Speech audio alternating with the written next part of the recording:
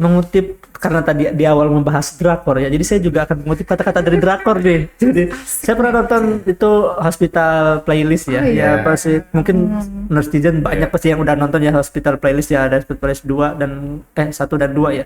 Kemudian dia disampaikan oleh Lee Ik Jun ya. Di sana itu beliau bilang gini, sebagai tenaga kesehatan itu tidak boleh berhenti untuk belajar ya, karena dunia kesehatan itu semakin berkembang ya. Jadi jangan sampai membahayakan nyawa orang lain dengan kita malas belajar. Setuju. Jadi buat netizen semuanya, ingat dunia keperawatan itu luas ya. Seperti yang tadi yang disampaikan oleh Nurse Nopi dan Nurse Zamzami, dari ujung rambut sampai ujung kuku atau yang sering kita istilahkan head to toe, itu adalah bagian dari ilmu kita. Maka tetap semangat untuk belajar, siapkan mental, dan apalagi nih di depan sana tuh banyak potensi, terbuka potensi lebar. Jadi silakan ambil masing-masing bagiannya. Sekarang akses sudah terbuka. Iya ya, akses sudah terbuka ya, mentok-mentok bisa ya AI, AI gitu kan, mentok bisa AI dan segala macam. Shift Malam Podcast. Kita ada kuis dulu ya, kuis yang mudah-mudahan menarik ya buat netizen semuanya ya. Jadi ini tolong jawab cepat ya, Nurse Jami dan Nurse Nopi. Berbarengan ya? Berbarengan. Oh, berarti nggak boleh nyontek ya? Nggak boleh nyontek. Oke. Pertanyaan pertama, pilih salah satu. Saya kasih 2. Kopi atau teh? Kopi. Teh. Awal aja udah berbeda ya, walaupun berbeda, tapi saya yakin chemistry mereka di ruangan itu pasti sangat bagus ya. Kenapa pilih kopi? Gak suka teh. Oh, gak suka teh ya? Suka manis-manis gitu. Terus kopi apa yang suka? Kopi pahit. Pahit. Americano ya? Americano ya? Iya, suka-suka. Oke, karena saya sayang beli Americano gitu ya, mahal-mahal pahit. Iya lagi. Tapi kalau udah suka itu suka ya. Saya pernah loh makan minum Americano gitu ya di salah satu kopi makmur di Bandung, apa toko makmur gitu ya.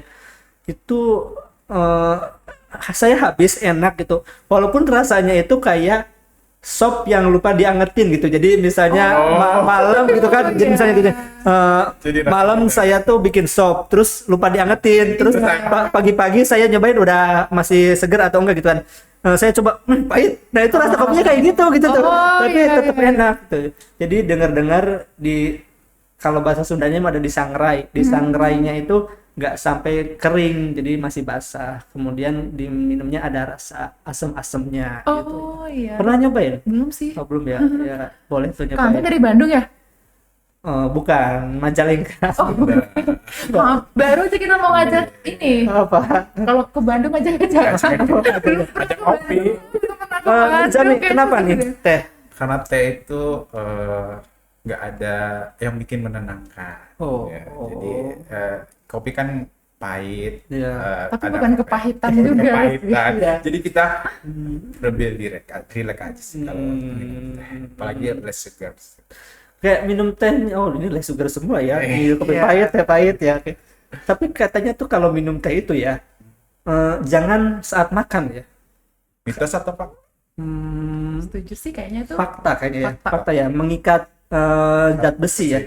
Jadi zat besinya ikut kebuang. Jadi kalau di Inggris itu kan budaya minum tehnya itu kuat ya. Jadi minum teh itu di antara makan. Jadi di antara makan siang dan makan malam itu teh mereka itu ya. Oke. Pertanyaan kedua nih. Oke. Mie goreng atau mie rebus? Mie goreng. Oke. Mie goreng ya.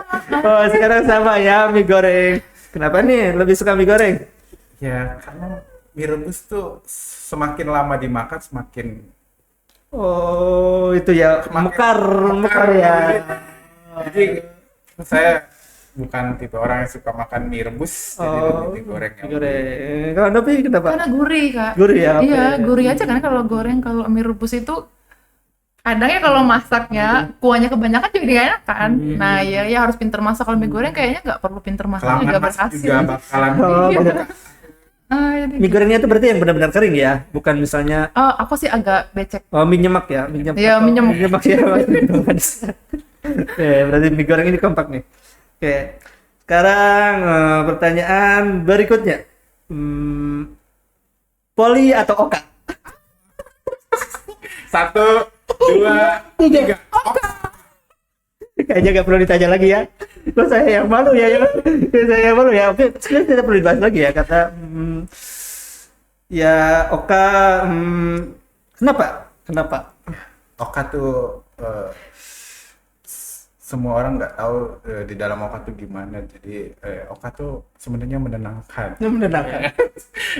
Di tengah kesunyian, operator sedang operasi, suara monitor berbunyi, disitulah mulai merasakan ketenangan walaupun sempat ada ketegangan di baliknya. Kalau apa? Poli memang tempatku berasal, tapi Oka tempatku bertumbuh. Sangat puitis sekali ya, kayak bahasanya jadi mulai bahasa semesta gitu kan. Semesta mendukung. Oke. Ya di Oka kalau saya lihat maksudnya di TikTok itu bukannya suka ada musik sebenarnya di Oka itu atau Iya. maksudnya kalau di pas operasi bypass atau jantung itu musiknya apa kira-kira? Musiknya apa? Itu tergantung yang masang lagu. Sarjon. Jadi Request. genre lagunya tuh tergantung yang masang. Tentu yang masang ya. Iya. Paling baik apa? Pop Pop ya. Indonesia atau luar? mix. Mix ya, mix. Lagu sekarang atau lagu dulu? Enggak ya. Contohnya Aktor kita lebih ke lagu. lagu dulu ya. Tapi di Oka jantung tuh kayaknya musik tuh adalah sebagai relax juga sih. Iya. Ya tidak terlalu tegang ya. Iya betul. Karena kalau mau denger suara monitor terus tuh ya deg-degannya makin kerasa. Oke. Berarti Poli ya, Oka ya, kemana Poli lagi Oka ya. Poli tempat berasal, Oka tempat bertumbuh ya. Oke. Poli di mana aku dilahirkan. Oka di mana aku tumbuh dan By the way, berkembang. captionnya baru tercipta sekarang ya. Itu kayaknya perlu dikembangkan deh. Boleh. Nanti sama editor dikembangkan ya. Oke. Saya sih agak ini pertanyaan berikutnya ya. Saya agak kurang paham juga sih tentang penyakit jantung dan perawat profesionis. Tapi ini pertanyaannya agak sedikit ini ya. Tentang penyakit. ASD atau PSD? ASD. PSD. PSD. PSD beda lagi ya. Oke. Enaknya kita sedikit mengulas ya tentang apa itu ASD, apa itu PSD ya. Apakah hanya beda depannya doang atau apa gitu ya. Oke, kebetulan jawabannya juga beda lagi. Jadi Zami bisa menjelaskan itu atau ASD, terus kenapa sih saya lebih suka ASD gitu kan, sementara Nopi memilih VSD. Dan kenapa dan apa itu VSD? Oke, dari mulai Zami dulu. Ya, saya ASD itu apa ya? ASD itu adalah singkatan dari atrial septal defect. Jadi di antara atrium kanan dan atrium kiri itu terdapat celah atau lubang. Biasanya sih ada yang menutup secara langsung dan ada yang ditutup dengan tindakan operasi. Nah, jadi ASD itu adalah kelainan kongenital di mana adanya celah di antara atrium kanan dan atrium kiri. Nah, biasanya tindakannya untuk intervensinya ada yang secara non invasif, tindakan invasif seperti cath lab biasa ditutup dengan occluder, dan apabila tidak bisa diameternya terlalu besar itu bisa dilakukan dengan tindakan pembedahan. Biasanya ditutup secara langsung atau menggunakan jaringan atau perikardial atau patch. Gitu. Jadi teman-teman nih, jantung itu kan bentuknya seperti ini ya, gitu ya kurang lebih ya. Betul. Nah, di bagian bawah jantung kita tuh atrium ya kan. Kalau harusnya kalau saya salah ya. Jadi nah Ada 4 ruang kan? ada 4 ruang, ada ventricle itu menerima darah dari seluruh tubuh ya, yang satunya dari paru-paru. Nah, atrium itu yang di bawah ya. Iya. Yang di atas. di atas. Ventricle di bawah. Vertikal di Atrium bawah. itu berarti Maaf, atrium itu yang kalau dari pena kappa Iya, itu ke mana? Ke atrium. Oh, ke atrium kanan ya. Kemudian menuju Ada katup trikus Trikus, baru masuk ventrikel kanan, dari ventrikel kanan ke paru-paru, Ya, betul. dari paru-paru ke atrium Kiri. ya. Nah, dari atrium kiri ke ventrikel kiri, ada itu katup dia ada katupnya juga, katup mitral namanya, terus dari ventrikel kiri ke seluruh tubuh. Nah, di antara atrium kanan dan kiri itu ada celah. celah ya, dan bisa kalau celahnya kecil bisa menutup sendiri. Tadi kan ada bahasa kongenital itu berarti dari lahir ya. Kalau misalnya celahnya besar harus prosedur apa tadi Non namanya? bedah sih ada yang kayak kateterisasi, jadi dimasukin semacam selang ke pembuluh darah. Nanti nyampe atrium, nah nanti akan ada semacam patch atau occluder ya yang untuk menutupi celah tersebut. Coba ada di kriteria khusus untuk penilaian ini bisa ditutup secara kateterisasi atau ini harus di sargen. Oh iya. Kenapa lebih memilih ASD daripada PSD? Nah, karena ASD itu tingkatnya di atrium, jadi biasanya operasinya kalau secara bedah ya, operasi ASD itu lebih durasinya lebih cepat. Jadi ya pas sargen buka atrium kanan langsung ditutup ASD-nya. Kalau PSD lebih ke bawah lagi untuk tindakannya. Jadi lebih cepat pulang. Ya, itu. Jadi operasinya cepat, perfusinya juga kerjanya cepat. Time ya, oke. Nah, sekarang kita ke nurse napi nih. Hanya VSD bisa dijelaskan. VSD itu apa sih? Kemudian kenapa memilih PSD daripada SD ya? PSD kayak tadi ya sama Kak, ventricle septal defect, berarti ada defect ya, ada hole, ada lubang di area ventricle yang akhirnya membuat ventricle kanan dan kiri punya hubungan. Harusnya kan nggak saling berhubungan ya. Gitu. Jadi sama tindakannya sebenarnya bisa di CAT kalau memang kecil atau memang menutup spontan. Kalau memang besar berarti harus lakukan tindakan surgery, pembedahan gitu di meja operasi. Nanti akan menggunakan mesin CPB. Kenapa milih PSD ya? Iya, PSD. Justru sebaliknya, challenging nggak? Jadi kalau kayak PSD itu biasanya dia tuh punya teman-teman kelainan lainnya gitu. Jadi kayak selain seru, walaupun pasiennya juga kasihan ya, cuman seru aja gitu. Kayak oh ternyata ada ya PSD dengan ini, ada ya PSD dengan itu. Kadang-kadang PSD itu penolong buat pasien juga. Jadi dia sebenarnya punya kelainan yang lain, punya PSD akhirnya pasiennya tertolong, jadi bisa bertahan hidup lebih panjang gitu. Jadi kayak si ventricle karena dia lebih besar dan punya tugas memompa yang lebih berat dibanding atrium. Atrium kan cuma mengalirkan ya, ventricle lebih memompa. Fungsi VSD ini, fungsi ventricle ini ketika ada lubang pun punya tujuan jadinya gitu loh Kak. Jadi support buat hidupnya pasien, jadi bisa bertahan. Jadi biasanya VSD itu ada kalau memang dia nggak murni VSD ya, jadi ada yang lain-lainnya. Nah, VSD ini justru adalah untuk mempertahankan kelangsungan hidupnya. Jadi jarang di ASD, biasanya di PSD tuh maintenance life-nya si pasien gitu. Jadi tantangan ya, makanya nurse napi lebih suka tantangan, jadi lebih memilih VSD ya. Kalau misalnya itu ada, kalau yang biru itu cyanosis itu VSD atau ASD yang biru atau dua-duanya juga? kalau murni nggak bikin cyanotic, tapi kalau Cyanotic sih kalau iya dia nggak bikin biru ya, tapi kalau dia punya kelainan lain bikin biru. Stenosis atau PS gitu ya. Itu baru bikin biru. gitu kan. Oh jadi kalau ada kelainan lain baru biru ya, biru. Iya biasanya akan biru, jadi penolongnya tuh memang si ASD atau si PSD-nya. Terus itu kukunya tuh apa tuh namanya, clubbing pinjer. pinjer ya. Jadi kayak besar dan biru gitu ya. Iya, melengkung. Ya. Ya saya juga dulu sebenarnya suka sih ke anatomi fisiologi jantung ya. Cuma saya terjun ke hemodialisis sebenarnya ke ginjal. Oke. Kita ke pertanyaan berikutnya nih. Pertanyaan berikutnya apa ya? Belajar atau mengajar? Belajar. Belajar itu karena kita mau mengajar tuh harus belajar dulu. Konsepnya kan. Tadi kan yang dibilang Bang Anton ada tahapan-tahapannya. Jadi harus kita belajar dulu, belajar dan belajar. Nah, kalau kita dianggap udah mampu, nah baru kita mengajar. Dan saat ini kita belajar. Kalau Nusnopi Mengajar tadi. mengajar ya. Mengajar tapi ragu gitu ya. Iya, Teman-teman ragu, juga ragu, ragu ya. benar. Kayak masih ragu ya. Ragu. Tapi benar. saya lihat Nusnopi ini potensi mengajarnya tuh bisa dikembangkan ya, bisa dikembangkan ya. Bisa dikembangkan. Iya. Host. Kenapa lebih memilih Mengajar ya.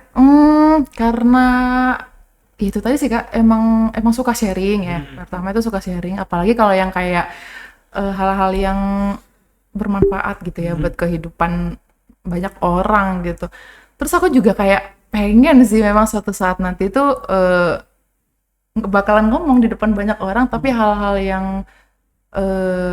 yang literatur based gitu loh, kayak gini gitu. Maksudnya kayak emang ada keilmuannya gitu ya, ada evidence base-nya, bukan yang motivasi, bukan yang gitu, tapi jadi kayak mungkin milih mengajar tadi karena kayak pengen mengajar suatu saat gitu sih. Bisa nggak sih perawat perkusionis itu berbicara atau menjadi pembicara pada acara tadi disebutkan apa tuh PIT, pertemuan ilmiah? Bisa banget Bisa itu banget. Kak. Iya, malah yang jadi wadah itu malah tempatnya buat belajar mengajar. Nah, itu tuh tempatnya tuh di situ. Nah, terus ternyata tuh nggak cuma skala nasional Kak, nggak skala Indonesia, jadi sampai ke internasional mereka untuk bicara depan. Jadi biasanya tuh para guru-guru kita lah ya, itu tuh diundang untuk bawa case dari Indonesia, jadi bawa kasus dari Indonesia untuk ngomong di depan orang. Wah, aku kalau lihat itu terinspirasi banget sih, jadi kayak wah keren ya gitu. Kapan itu Pitnas itu? Tahun ini? Setiap tahun tahun ini ada bulan Juli Bulan Juli di Jakarta kebetulan kan mau berminat. Jangan, jadi saya mau sih, tapi sepertinya banyak yang teman-teman yang lain yang lebih yang minat ke, kemudian kan tadi katanya mau ada perkusionis baru ya, mungkin diberi kesempatan bagi ya saya ke dialisis saja, ke dialisis Ya saja. masing-masing itu tadi kan dengan kompetensinya masing-masing. Yang penting kita expert di bidang masing-masing. Ya, saya rencananya Agustus mau ke Thailand gitu. Dia senang pamer sih kan dia. Iya Kak, sangat menginspirasi sekali. Mancing-mancing acara itu. Thailand gitu-gitu. Thailand jadi kayak ada pediatrik nefrologi gitu ya, pediatrik nefrologi pertemuan iya. ilmiah se-ASEAN gitu kan, jadi seru terus ya. kemudian dikasih kepercayaan buat ke sana. Lanjut lagi deh ke perkusionisnya. Berarti bisa menjadi pembicara ya. Biasanya ada perlombaan dulu ya, kayak misalnya lomba abstrak atau apa gitu. Iya, ada. Poster gitu kan. Tiap tahun ada. Ada target misalnya dari Nusnopi untuk mengikuti lomba Jelas. abstrak gitu. Tahun kemarin aja udah bikin poster. Bikin poster Poster ilmiah. Kasus apa tuh yang diangkat? Kasusnya tentang hemodilusi pada CPB. Apa tuh? Hemodilusi. Hemodilusi. Hemodilusi. Jadi hemodarah, dilusi kayak pencampuran encer ya. Pada mesin CPB. Kan darahnya kita pindahin ke mesin, otomatis kan Kayaknya boleh minum kan Kak? Boleh. ya diminum juga. Ya menarik nih. Kira-kira apa sih persiapan misalnya kalau kita mau mengikuti lomba poster atau mengirimkan poster ilmiah, itu apa aja persiapannya? Persiapannya karena baru pertama kali ya kemarin itu bikin poster ilmiah, cari bahan dulu yang pasti Kak, cari bahan, terus Berdasarkan ya. iya, terus ini cari aja di internet banyak itu yang apa ya, susunan ya kayaknya. Jadi apa yang paling atas tuh apa, terus apa aja yang harus dituangkan di dalam poster itu, lalu gimana sih bikin poster yang menarik gitu-gitu. Nah, intinya itu adalah kalau memang kita bicara poster ilmiah, berarti kita mau bahas keilmiahan kan. Nah, itu berarti kita harus punya sumber yang jelas, kita punya ada evidence base-nya, kemudian ada referensinya gitu ya, yang bisa dipertanggungjawabkan gitu. Jangan bikin poster ilmiah tapi nggak jelas, ngambil dari Wikipedia kan itu nggak benar gitu. Satu lagi tuh baru dapat ilmu juga sih Kak, waktu di tahun lalu itu ternyata poster ilmiah yang paling baik itu adalah poster ilmiah yang temuan sendiri gitu, kayak bikinan sendiri. Kayak Kalau eksperimen misalnya, ya. iya eksperimen. Jadi kalau misalnya tuh kita mau bikin poster ilmiah tentang satu topik gitu ya, Udah ada sampel kayak gitu. sudah ada bahan, jadi kayak ada jurnal, terus kita pindahin ke poster kita. Iya. Itu sebenarnya bagus. Iya. Cuman kalau kita ternyata tambahin case yang atau eksperimen yang kita dapat di dunia nyata, itu akan punya nilai plus. Kenapa? Karena cerita itu cuma punya kamu sendiri. Jadi bukan Iya. kayak adopsi ya. Bukan adopsi, bukan semua murni adopsi dari jurnal yang kamu dapat, enggak.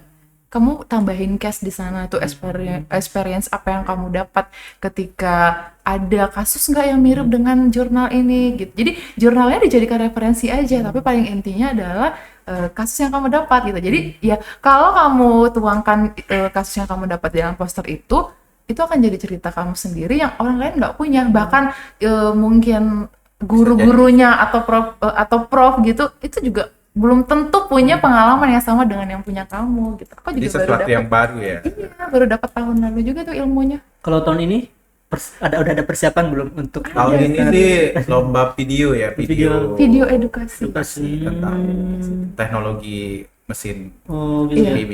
Sebenarnya lebih menantang lagi ya, lebih susah lagi kayaknya. Oh, Fitnas itu di Jakarta ya? Oh enggak, Tiap tahun tiap tahun pindah-pindah. Pindah. Tahun kemarin di Jogja, tahun kemarin lagi di Semarang. Ada 2 rumah. Kalau saya kan ikut ikatan Prodialis Indonesia ya, ini mah gak pamer ya, maksudnya Oh iya. gak bakal pamer. Tapi di tengah-tengah ada pamernya enggak? Cuma kenapa ya? Di kan suka ada fitness ya tiap tahun. Di organisasi saya itu kayak fitness itu tidak di Jakarta gitu, tidak boleh atau kenapa nggak tahu, dia tidak boleh di Jakarta gitu, jadi harus harusnya tuh di luar daerah gitu, mungkin biar nanti kita banyak tamu ke sana, terus nanti ekonomi di sana jadi tumbuh atau gimana sih gitu kan. Jadi kayak di Jakarta tuh kayak suatu kemustahilan kayak gitu ya. Gitu. Jadi tapi kalau di ini berarti di Jakarta ya, jadi panitia atau enggak? Oh. Kita sih junior ya, jadi tapi ketika diundang kita mau aja sih. Iya sih, banyak kan sponsor ya. Ini bukan gratifikasi ya kalau ilmiah itu teman-teman ya. Kalau ilmiah teman-teman netizen ya, bedakan antara gratifikasi sama sponsorship kalau itu kegiatan ilmiah ya. Jadi kalau kegiatan ilmiah itu bukan gratifikasi. Tapi kalau misalnya saya merawat kemudian saya dikasih makanan atau apa tuh THR bingkisan, itu baru namanya gratifikasi. Aduh. Seru ya ternyata ya gini ya. Pertanyaan berikutnya, mesin mati atau operasi lama? Operasi lama. Oh, kompak ya, operasi lama ya. Kenapa pilih operasi lama? Kalau operasi lama, ya udah kita lama pulang ya, Iya. telat pulang, capek. Tapi kalau mesin mati itu repot kak. Wah, itu tuh Kita tahu kan kalau otak nggak dapat oksigen dalam beberapa menit itu akan lewat pasiennya. Nah, ibarat kayak kita mesinnya mati. Nah, sedangkan jantungnya kita buat berhenti berdetak, mesin kita mati, dan terus berapa menit yang kita butuhkan untuk menyelamatkan otak. Nah, gitu. Jadi kita harus menyiapkan strategi untuk ibaratnya itu troubleshootingnya. Jadi kita harus memindahkan main pump, kita kan butuh proses waktu. Nah, itu kan harus cepat. Nah, harus cepat dan tepat. Nah, karena kita life saving pasien ya. Jadi kita harus mending operasi lama deh. Jadi apa kita jalani operasi lama daripada troubleshooting yang membahayakan pasien. Ya, kalau saya ya di ruang HD ya, ketika misalnya mati lampu gitu kan, nah mesin HD itu punya waktu, ada yang namanya baterai ya, jadi punya 30 menit untuk kita mengembalikan darah ke tubuh pasien. Atau misalnya ada di engkol manual ya. Nah kalau di mesin perfusionis itu ada waktu berapa menit atau ada misalnya di pompa manual gitu kayaknya gampang gitu ya. sebenarnya semua mesin kayaknya prinsipnya sama sih kak ya. Sama ya? Jadi punya baterai cadangan gitu ya. Berapa menit tahannya tergantung sebelumnya perfusionisnya ngecas atau enggak gitu ya. Kalau nggak ngecas ya mati ya selesai kan gitu. Biasanya sih kalau semua pump nyala durasi tahannya juga lebih sedikit. Jadi kayak berapa menit, 20 menit, 30 menit gitu. Tapi kalau misalnya ada pump yang mati itu akan lebih kuat bertahannya. nyala tanpa ini. Mesin mati itu juga sebenarnya itu banyak penyebab, banyak faktor. Ada yang memang karena listriknya, atau karena memang error pada mesin, atau memang karena apa gitu, atau sentral atau apa gitu, banyak penyebabnya. Nah, jadi sampai kalau di perfusionis itu kita tuh ada 1 semester untuk bahas failure aja gitu, untuk bahas. Jadi ujiannya itu kita di failure. Iya, jadi kita ujian akhir perpusi itu jadi ya dapat kasus. Nanti tiba-tiba sedang CPB, tiba-tiba pumpnya mati. Nah, apa yang kita harus lakukan? Jadi kita ada simulasi khusus untuk di situ dinilai ujian. Iya, betul. Jadi kayak tadi yang Zami bilang, karena memang segitu pentingnya, vital sekali kan organ yang kita perankan ini. Jadi kalau mati berarti kan kita ya udah nggak ada sirkulasi ke otak lah paling utama ya kalau terutama otak, karena kalau yang lain itu masih mampu, bisa dikorbanin ya, masih mampu. Berapa menit ya? Dan ginjal sih Kak, satu lagi ginjal itu paling utama juga, jadi nggak boleh terkorbankan kan. Nah, jadi kalau misalnya ada trouble aja salah satu, entah itu mesinnya atau entah itu komponen-komponen di dalamnya ya, kayak oksigenatornya atau apanya gitu ya, itu memang heboh, pasti heboh, dan kita harus konfirmasi dulu ke operator bahwa Butuh waktu. ada masalah gitu, ada masalah. Udah nanti pasti akan dengan berbagai step ya. Jadi kalau misalnya mesin mati, langkah-langkahnya apa, kalau oksigenator Emergency rusak, crisis apa langkah-langkahnya apa, sampai ada SOP khusus yang harus dibikinkan untuk itu. Kalau netizen mau tahu, nanti lihat aja di YouTube tuh banyak Kak. banyak ya. Misalnya pump failure tuh, kalau mau dicari itu bakalan rasa wah heboh banget ini semuanya. Itu nggak cuman perfusionisnya, sarjennya juga, anestesinya juga bakalan teriak Harus semuanya. cepet gitu atau Nggak bisa dilanjutin makanya. juga sih kayak Ya kita punya enkol juga, kita punya enkol, tapi kan enkol ya berarti operasinya dihentikan gitu atau operasi mesti diselesaikan, nggak bisa jalan dan nggak bisa berhenti. Tuh, susah ya. Jadi makanya berapa mau nggak menit. mau berhenti karena harus mikirin sirkulasi dulu. Jadi kita sambil ngengkol tuh memikirkan kita mau mindahin ini apa step selanjutnya. Karena itu kita punya tim, nggak boleh sendiri. Oke, selain tadi kan belajar 1 semester tentang membahas failure, kira-kira pas waktu pelatihan atau pas di lapangan pernah nggak sih ketemu kejadian mesin mati atau misalnya mati lampu gitu? Pernah? Mati lampu sih pernah, cuma kan ada baterai, baterai. jadi sih masih oke lah ya. Iya. Itu sih. Kalau meskipun kita sampai ujiannya itu simulasinya tentang itu, tapi kita selalu berdoa sebelum dimulainya operasi jangan terjadi gitu ya. Cukup Tapi disimulasi aja. Iya, cukup disimulasi. Tapi pernah waktu itu. Cuman karena waktu itu masih siswa ya. Iya. Jadi ya bukan kita yang turun, karena ya guru-gurunya yang langsung ambil alih, karena memang ada golden time gitu Iya, ya. golden time. Ada golden time-nya 5 menit harus kelar gitu. Jangan sampai udah lebih dari 5 menit ini belum kelar urusannya. Jadi kita di belakang tuh menyaksikan. Kita mau videoin aja nggak kepikiran. Karena kita ngerasain juga kepanikannya kan. Itu jangan sampai ini kenapa-napa gitu. Iya. Di patient safety ya, Iya. patient safety yang mudah-mudahan jangan sampai terjadi ya. Iya. Cukup disimulasi saja, cukup dipelajari saja. Baik, seru sekali ya ngobrol dengan perawat perfusionis itu. Ngobrol malam ya. Rasanya Namanya juga sih malam. rasanya pengen banget mengulik tentang jantung ya, dari mulai lapisan-lapisan jantung, tugas fungsi-fungsi jantung, apalagi misalnya EKG ya. Netizen di sini bagaimana EKG? Adakah yang masih kesulitan membahas EKG? Sudah belajar beberapa semester ya. Dan Masih satu banyak. lagi di perfusi kita harus belajar EKG aritmia. Nah, jadi jantung dihentikan, nanti jantung siap berdetak. Nah, apakah iramnya aritmia atau sinus itu kita harus tahu. Nah, tiba-tiba nih VT, apa yang harus dilakukan? Jadi Iya, banyak banget sebenarnya yang perlu ditanyakan ya. Saya baru kepikiran juga, misalnya tadinya jantungnya berhenti, gimana cara menghidupkan lagi gitu kan? Gimana gitu kan? Nah, gimana cara jantungnya dihentikan? Gimana cara jantungnya dihentikan ya? Gimana coba? Ya sebelum menutup ada pertanyaan lagi ya. Gimana cara menghentikan jantung? Cara menghentikan jantung dan bagaimana kamu mengembalikannya lagi? berdetak ya. Kalau di itu kan ada on off. Kalau di jantung itu gimana? Kita gitu? ada on off-nya juga. Ada timernya juga. Oke, gimana coba cara menghentikannya dulu? Kan pertama dihentikan dulu ya. Tadi yang bilang bypass on gitu ya. Beda. Beda. Oh, beda. Kalau nanti dia mau berhenti jantung tuh istilahnya ready to cross clamp. Oh, ready to cross claim. Cross claim berarti diklaim gitu ya. Nah, Ya, kayaknya kita udah mulai terbangun ini ya. Jadi Udah kan mulai paham awal ya. kan di kanulasi, untuk ada kanulasi aorta, ada kanulasi di vena. Jadi kanul itu yang menyambungkan ke mesin kita. Jadi selama ready to cross clamp, nah jadi aortanya diklaim, jadi sirkulasinya masuk ke mesin. Jadi di jantungnya di-cut, jadi nggak ada aliran ke jantungnya. Nah di situ obat pelumpuh jantung namanya. Jadi kardioversion itu ada formula obat. Salah satu kandungan di dalamnya itu ada kandungan elektrolit yang bisa membuat elektrofisiologi jantung itu flat, Terputus. terputus. Jadi ada fase di mana dihentikan oleh obat tersebut gitu. Jadi cross clamp on, obat pelumpuh jantungnya masuk. Nih, jadi masuk ke otot, jadi jantungnya perlahan tiba-tiba EKG-nya flat. Oh. Gitu. Jadi menghentikan jantungnya itu dengan cara disuntik tadi ya. Iya. Diinfus. Diinfus ya. Diinfus.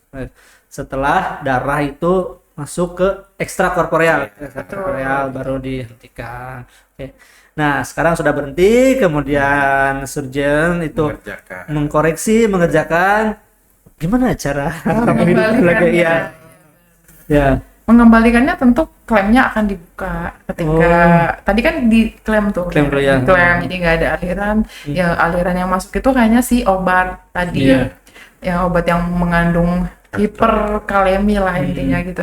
Jadi kemudian nanti kalau mau buka ya udah klaimnya dibuka, tapi kita juga harus instruksi nih gitu. Jadi jangan sampai sarjan buka klaim tapi perpusnya nggak tahu gitu. Jadi manajemen suhu juga sih.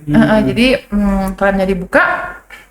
Nah, membuka klaim pun mengalirkan kembali dong ya jadinya gitu kan. Setelah klaim dibuka mengalirkan kembali itu pun punya seni gitu. Jadi misalnya ketika jangan sampai bayangin aja ya, kita disuruh tidur nih, disuruh tidur ya, kayak jantung suruh tidur. Tidur dulu. Tiba-tiba kita tuh darah tuh hangat kan Kak, bener ya, darah tuh hangat ya. Tiba-tiba kita disiram aja gitu sederas-derasnya pakai air panas atau air hangat tuh. Kaget ya jantungnya. Ya. Ngamuk kan, jantung pun bisa ngamuk. Nah, jadi gelombang EKG-nya nanti bisa. Jadi nanti dia akan ngamuk kalau memang Orang kita lagi nggak tidur pakai dibangun. seni. Iya, kalau nggak pakai seni membangunkannya Jadi ya. Jadi ada. smooth. Iya. Jadi si suhunya itu menyesuaikan suhu si jantung itu, suhu darahnya atau gimana? Iya, nanti kita manajemen suhu itu untuk darah yang kita edarkan ke seluruh tubuh itu kita manajemen. Nah, jadi meskipun klaim dibuka itu memang harapannya suhu yang normal, normotermi, tapi nggak deres. Gitu. Jangan yang kayak kamu kasih langsung sederes-deresnya gitu loh. Jadi Jadi kan kaget dia jatuh. kayak nyiram orang lagi bangun, lagi tidur, jadinya ngamuk. Terus itu pas darah dialirkan langsung berdetak atau enggak? Harus berdetak. Harus berdetak. Ketika dia nggak berdetak, wah ini juga PR Walaupun nih. berdetak dengan aritmia, itu perfusinya juga harus ngapain lagi selanjutnya. Ada. Nah, dia bergerak, dia berdetak tapi dia nggak normal. Perfusinya PR. Dia berdetak, dia nggak berdetak nih. Dia diam aja kayak stone, kayak batu. Iya. Nah, itu lagi lebih parah. Iya, dia berarti ada yang salah dari kamu. Kenapa kamu nggak bisa mengembalikan lagi dia seperti semula gitu? Itu juga salah. Jadi berdetak terlalu kencang salah, berdetak kelambatan salah, nggak berdetak Lebih parah lagi ya. Oke. Saya ngebayanginnya. gitu Kak. Tapi sepertinya kalau dibayangin sih serem ya teman-teman ya. Tetapi kalau udah melaksanakan sih kayaknya nggak terlalu serem ya. Maksudnya ada kasus pasien DHD ya. DHD itu kayak ada clotting ya, ada clotting, kemudian clotting itu darah beku ya teman-teman, ada darah beku dan darah bekunya itu nyangkut di jantung ya. Iya. Ya, pernah ketemu ya sama teman-teman lah, ada ya kan darah beku di jantung, kemudian ya vegetasi ya namanya, atau apa itu namanya itu? Bisa jadi gumpalan. Ya gumpalan darah di jantung ya, kemudian ya harus di operasi dibuka jantungnya dan kirain saya itu bakal lama gitu ya, bakal misalnya seminggu atau gimana, ternyata sehari 2 hari udah bisa ngobrol ya, udah ya ternyata ya, jadi gak seseram, bisa dibilang seram tapi gak seram gimana ya. Ya kalau kita hanya membayangkan itu seram ya, tetapi kalau udah ini ada keajaiban di sana. Mungkin Nurse Nopi dan Nurse Jami awal-awal juga itu ya udah terbiasa mah tahu ya atau Ya itu deh, sampai sekarang kan kita masih deg-degan juga Kak, masih harus Kita yang menghentikan, kita harus menghidupkannya lagi. Iya. harus sih. Makanya kalau kita nggak punya rasa takut, justru kita kan nganggap sepele ya. Jadi kayaknya harus punya rasa takut juga. ya sih harus apa ya? Jadi lebih aware gitu ya. Namanya di etika keperawatan itu adalah akuntabilitas ya. Akuntabilitas dia harus bertanggung jawab ya terhadap diri kita dan pasien. Kita udah diberi kepercayaan untuk Amanah benar. menjaga detak itu agar kembali. Ngeri ya. Bertanggung jawab terhadap detak jantung ya. Oke baik. Sebenarnya mau bahas satu lagi sih. Apa ya? Oke. Setelah kita sharing ya, ternyata tugas perawat perfusionis itu sangat berat sekali ya dari mulai tadi sih yang paling saya bikin deg-degan itu yang menghentikan jantung dan menghidupkannya kembali ya. Tentu kira-kira di balik tanggung jawab yang besar tentu ada penghargaan yang besar pula ya. Dari segi salari ya teman-teman ya. Kira-kira cukup nggak sih sebagai perawat gaji perawat perfusionis itu untuk menjalani kehidupan di ibu kota ini? mungkin tapi sebagai perfusionis yang pengalamannya lebih lama, gimana? Ya nggak usah muluk-muluk kayak Indonesia ya. Boleh nggak sih gitu? Jadi sebenarnya kalau buat Indonesia it's okay lah, it's okay ya buat Indonesia gitu. Tapi itu dia tadi, gak ada limit ya. Kita sebenarnya gak ada limit.